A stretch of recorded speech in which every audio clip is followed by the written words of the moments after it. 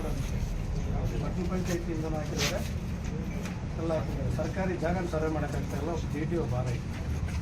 ಸರ್ಕಾರಿ ಜಾಗಕ್ಕೆ ನಮ್ಮ ರೈತರ ಜಮೀನು ಸರ್ವೆ ಮಾಡಿರಿ ಅಂತ ಕೇಳ್ತಾ ಇಲ್ಲ. ಸರ್ವೆ ಯಾರು ಮಾಡ್ತಾರೆ?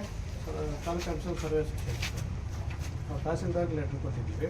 ಪಟ್ಟಣ ಪಂಚಾಯತಿಯಿಂದ ತಹಸೀಲ್ದಾರ್ಗೂ ಅವ್ರು ಲೆಟ್ರ್ ಕೊಟ್ಟಿದ್ದಾರೆ. ಸರ್ಕಾರಿ ಜಾಗ ಉಳಿಸ್ಕೊಳ್ಳಿ ಅಂತ ಹೇಳಿದ್ರು ಕೂಡ ಏನು ಸರ್ವೆ ಯಾಕೆ ಆಗ್ತಾರಮ್ಮ?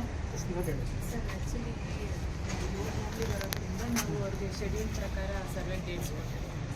ಅದ್ರ ಪ್ರಕಾರ ನಾವು ಆಲ್ರೆಡಿ ಕಟ್ಕೊತಾ ಇದ್ದೇನೆ ಸರ್, ಅಕ್ರಮವಾಗಿ ಕಟ್ಕೊತಾ ಇದ್ದಾರೆ. ಅಂದರೆ ಕ್ಯೂನಲ್ಲಿ ಇದೆನಾ? ಇವ್ರು ಕೊಟ್ಟಿರೋದು 2023 ಯಾವ ಡೇಟ್ ಕೊಟ್ಟಿದ್ದೀವಿ ಇಲ್ಲಿ ಮಾಡಿಸಿ, ಸರ್ವೆ ಮಾಡಿಸಿ.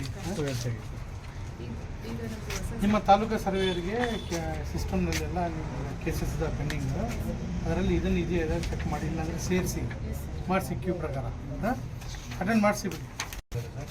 ಅದು ಯಾರಿಗೆ ಬರ್ತದೆ ಅಂತ ಗೊತ್ತಿಲ್ಲ. ಒಂದು ನೋಟಿಸ್ ಬೋರ್ಡ್ ಹಾಕ್ಬಿಟ್ರೆ ನಾವು ಹೋರಾಟಗಾರರು ಸಂಬಂಧಪಟ್ಟವರಿಗೆ ನಾವು ಮನವಿ ಕೊಟ್ಕೊತೀವಿ.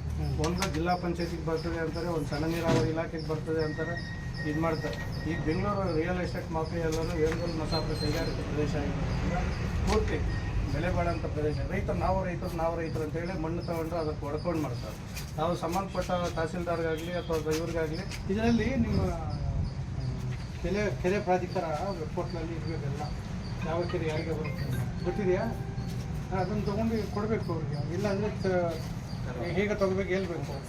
ಅಲ್ಲಿ ಸಿಗುತ್ತೆ ನಿಮಗೆ ಯಾವ ಕೆರೆ ಯಾರಿಗೆ ಬರುತ್ತೆ ಅಂತ. ಕೆರೆ ಪ್ರಾಧಿಕಾರದ ವೆಬ್ಪೋರ್ಟಲ್ಲಿ ಒಂದಿದೆ, ಅದರಲ್ಲಿ ಇರುತ್ತೆ ಯಾವ ಕೆರೆ ಯಾರಿಗೆ ಬರುತ್ತೆ. ಆಮೇಲೆ ರೈತರು ಅಂದರೆ ಸರ್ ದುಡ್ಡು ಕೊಡ್ತಿದ್ದ ಕಚೇರಿಗಳಲ್ಲಿ ಕೆಲಸ ಆಗ್ತಿಲ್ಲ. ಎಕ್ಸಾಂಪಲ್ AC ಕಚೇರಿನಲ್ಲೇ ಮೊನ್ನೆ ಒಬ್ಬರು ಕಂದಾಯ ಇಲಾಖೆ ಒಬ್ಬ ಅಧಿಕಾರಿ ಅವರು ಹೋಗ್ತಾರೆ, ಹಾಗೆ ಮನೆಗೆ ಹೋಗ್ತಾರೆ, ಸಿಕ್ಕಾಕೊಂಡಿದ್ದಾರೆ.